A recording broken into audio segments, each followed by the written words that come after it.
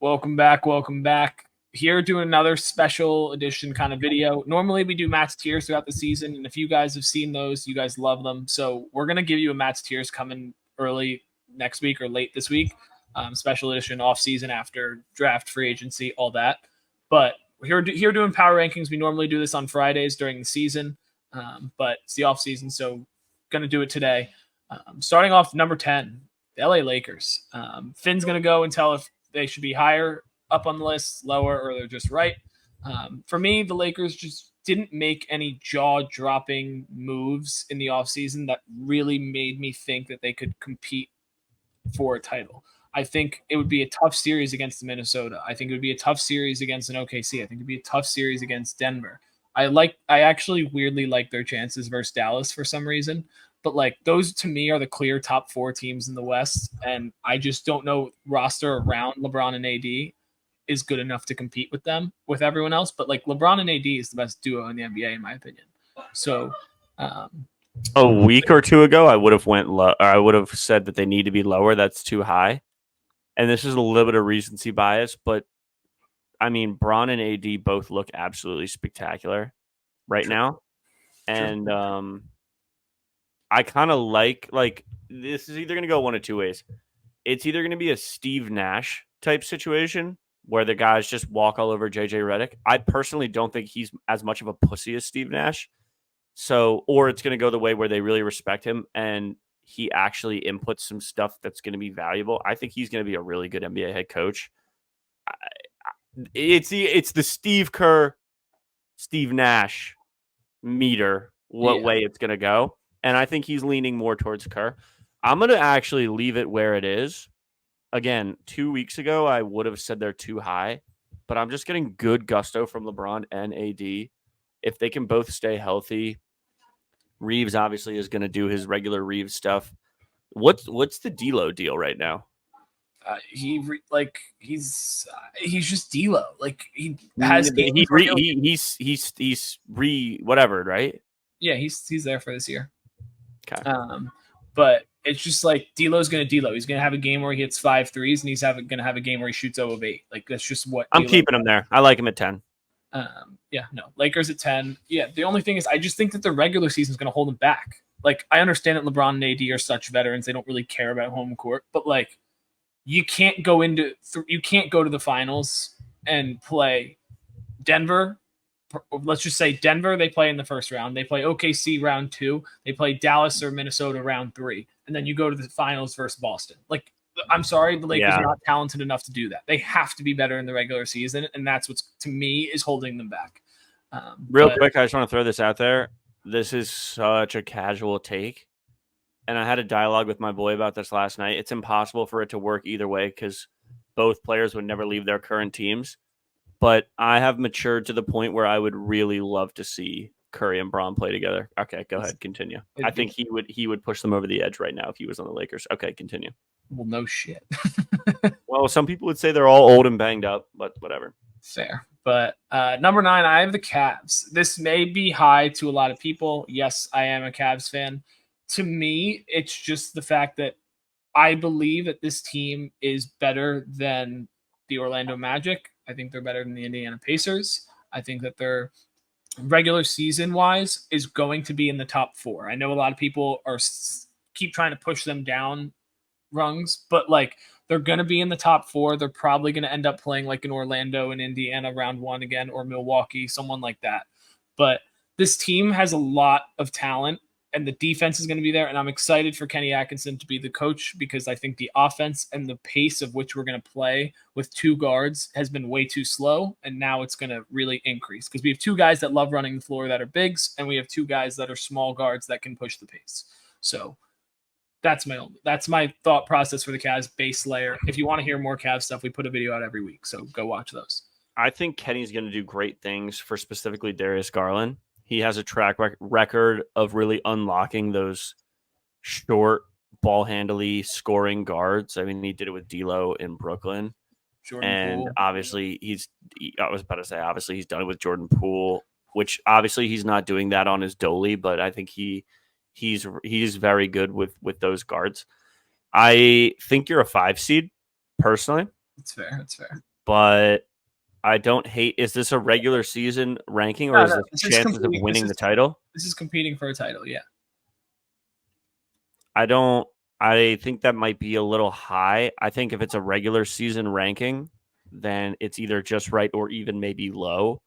But there's just a 0% chance in my mind that the Cavs even make it to the Eastern Conference Finals next year. Yeah, it's going to be tough, but you never know. This is a team that I've gone back and forth with a lot. The Milwaukee Bucks. I've gone back and forth just because of what I saw last year and what their situation is. Dame and Giannis could be the best duo in the NBA, like if both are playing really good ball. I hate Doc Rivers. I think their defense last year under Adrian Griffin was atrocious. It got slightly better with Doc, but then their offense was worse. So I don't know what to really make of this team. This is just pretty much strictly on Dame, Chris Middleton, and Giannis being so good that they're this high. But this team is very old, man. Very, very old. Giannis is sneaky old. Yeah, like this team is old, and I just don't think they can compete with the other top end teams in the Eastern Conference. They just don't have a roster built with depth that can compete with a team like the Knicks or the Sixers or the Celtics, in my opinion, at least.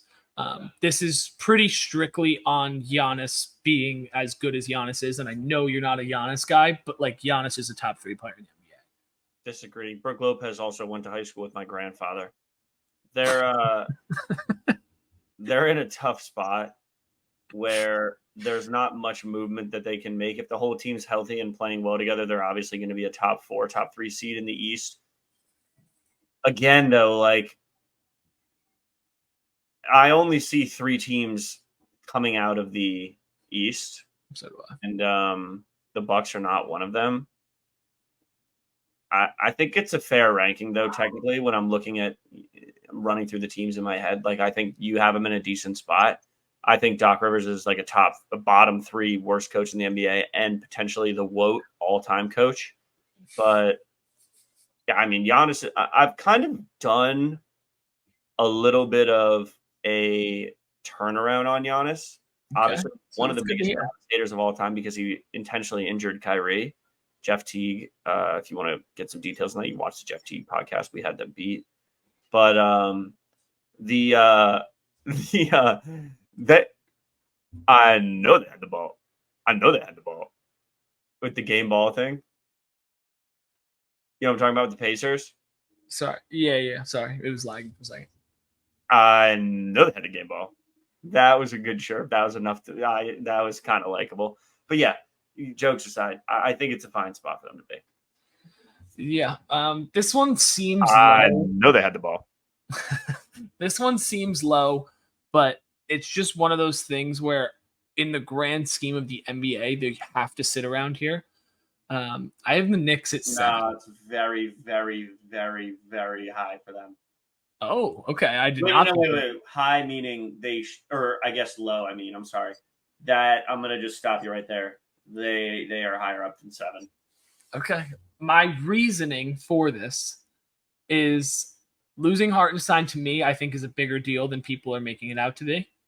I think having Mitchell Robinson and Hartenstein going back and forth with consistent offensive rim pressure on rebounds is going to be a big miss. And yes, they're going to have the best defense in the NBA, if not top 3 for sure, between Mikal, OG, Josh Hart, Mitchell Robinson.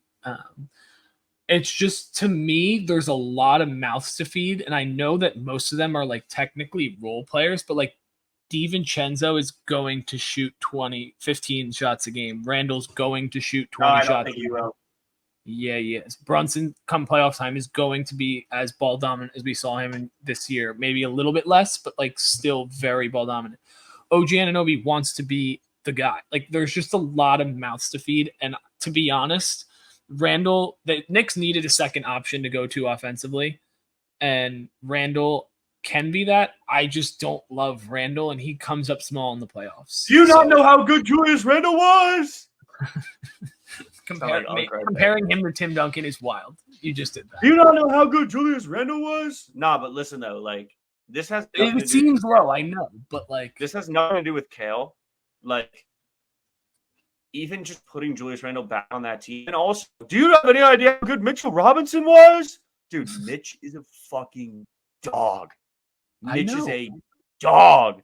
I was watching some Summer League tape from him. I think it just popped up on one of my reels the other day. We should do that for shorts, actually. That's a good idea. What? Posting clips of like NBA players' summer leagues. It was from a long time ago, but like. Well, no shit. But like I'm saying, like their rookie year summer league. Electric. I love Mitch's game. I think they're coming out of the East next year. Wow. And we can clip that and run it come, I don't know, what, April of next year? Yeah. I mean, they seem low. I know. I think they could be 1 or 2 spots higher, but you'll see who I have next. They are severely low. Okay. Number 6, I have the Dallas Mavericks. Just went to the finals, played the T-Wolves really, really well. I thought in spurts they played Boston well, but Boston overall is just way too talented for what the Dallas Mavericks could throw out there. I think they got slightly better in the offseason, but they lost some, like Derek Jones Jr. loss is a big loss to me. Josh Green, another kind of big loss. And I don't know if their run was more of a fluke or if it was legit, where I feel as though like the Pacers run last year was totally a fluke. And like the Mavs, I think they have the potential to get back there just because of how talented Luka Doncic and Kyrie are. Like that's why they're here, but I don't know if they're within that top 3 of the Western Conference yet. The Knicks have a 150% higher chance of making the finals than the Mavs do next year. I don't know. You wouldn't have said the Mavs would make the finals this year. They were just out of the playoffs. Did say the Mavs would make the finals this year. They were my pick to come out of the West. Okay, come playoff time, yes, they were my pick to come out. This was a video we did, and you were also low-key on that train with me. No, I was definitely. This is a video we did in maybe February. Okay, but that's February. It's not July 29th. Throwing it out there. I think that's high. Okay. I think they're great. I think Kai's great. Luka's great. They're not going anywhere. Derek Jones was a huge piece of the puzzle. That's your Bruce Brown. So I don't know. It wasn't a fluke.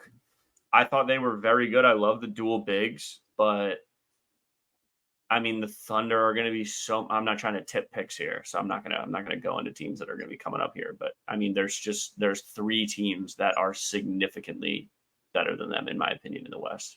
Okay.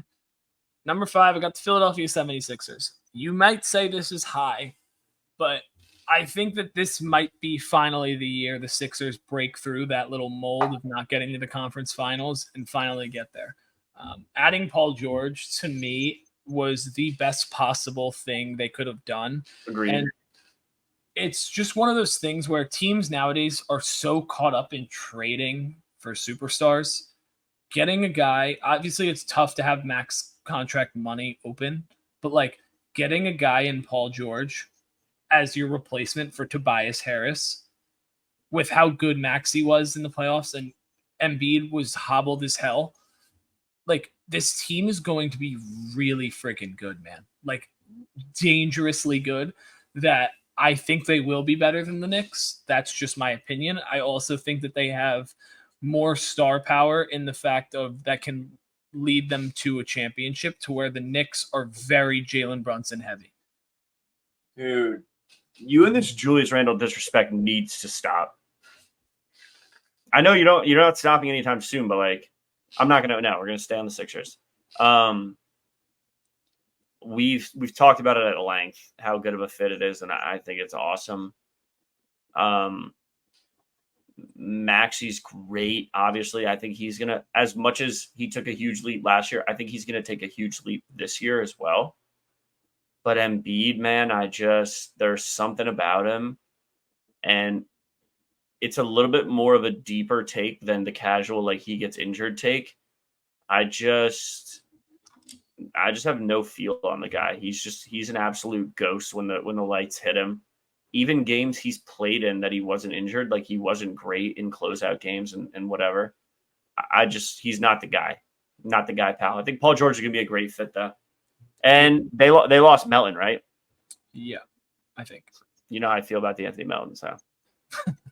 Okay, this one might shock you. Got the Denver Nuggets at 4. Doesn't shock me at all. Okay, good.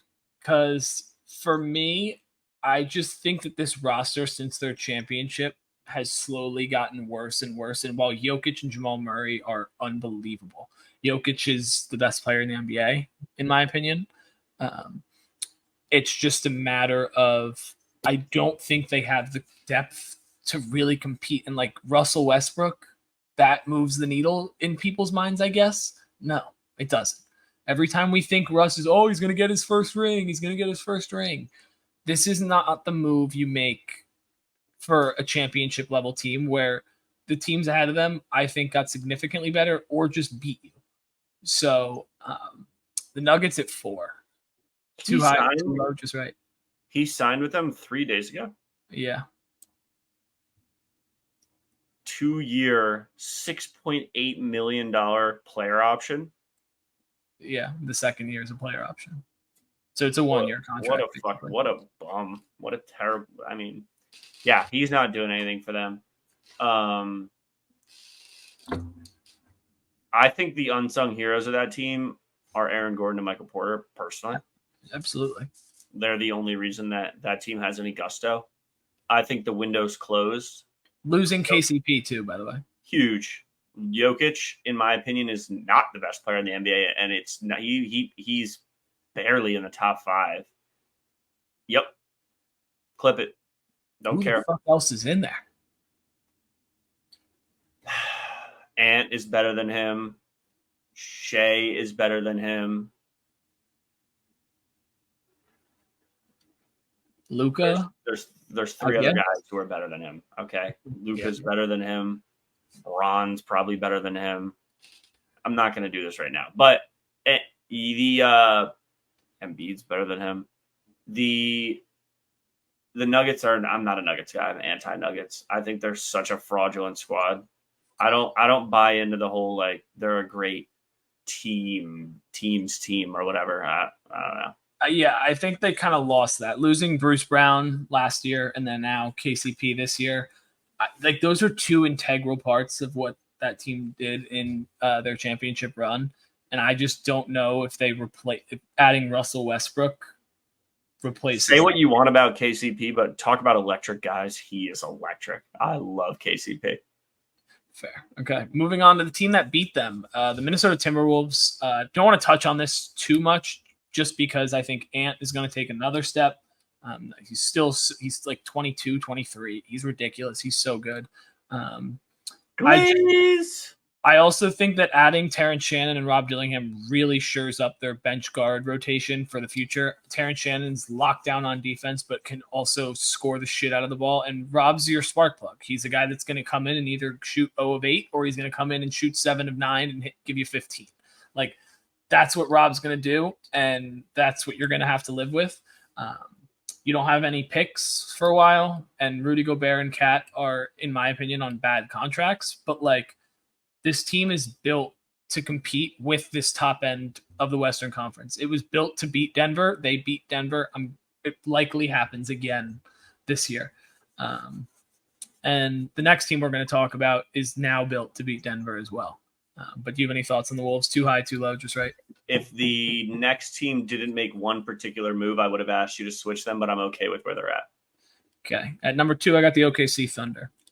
This team, adding Hartenstein, couldn't have made me be more in on a team going into next year than like Hartenstein on this Thunder team fits so perfectly while also, you added Alex Caruso as well. Like this team is just so good. The defense is going to be there between Caruso, Dort, Hartenstein, Jalen Williams, Chet. Chet's a great defender. Like people forget I kind of put that Hartenstein train into motion. Yeah, you did. People forget that, and I still think Sam Presti saw that video. We'll find him under user XYB4864. Yeah. Whatever. But no, I mean, this team, I love it so much to the point where I almost put them number 1. I'm so like they might win 65 games next year. All in on them. Like, I know the league is so talented, but like, you have an MVP caliber player in Shaq. You have two bigs that are 7 feet tall, one of them that can space, both all world defensively at the rim. Chet is quick enough and skinny enough to play outside and guard wings, if primarily, but then you have Caruso, who's one of the best on-ball defenders in the NBA. Jalen Williams, young talent who can score the shit out of the ball, super efficient, can do a little bit of everything. And then you got three-point shooting and Isaiah Joe, Aaron Wiggins coming off the bench. Like, this team is built so well, and they have 5 first-round picks next year. This is the second best team in the NBA with 37 draft picks over the next 7 years or 5 years or something. Some people are comparing them to the 2028-2029 Brooklyn Nets. I'm not. I'm saying I've heard it through the grapevine. Okay. I'm not. Okay. But you have to give respect when it's due. The number one team, the Boston Celtics, they're just as loaded, if not more loaded, than OKC. But they just won the title. They look like the most dominant team all year. They're going to be again next year, in my opinion. But to me, this 1-2 is the finals. We're getting it 11 months early. Like, we know what it's going to be, in my opinion, but I'm excited. Here's a couple things on Tatum real quick, and we can pop these up. Are you for real? What that mean? It means I'm not playing, first of all. Second of all, I'm going to just let this one sit on there.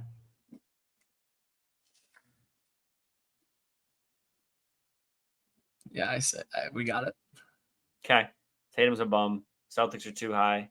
Thunder, best team in the league. Not close. Timberwolves 2, Celtics 3. And we move. All right. That's it for this one. Leave your power rankings, your top 10 in the comments. Like, comment, subscribe, and peace.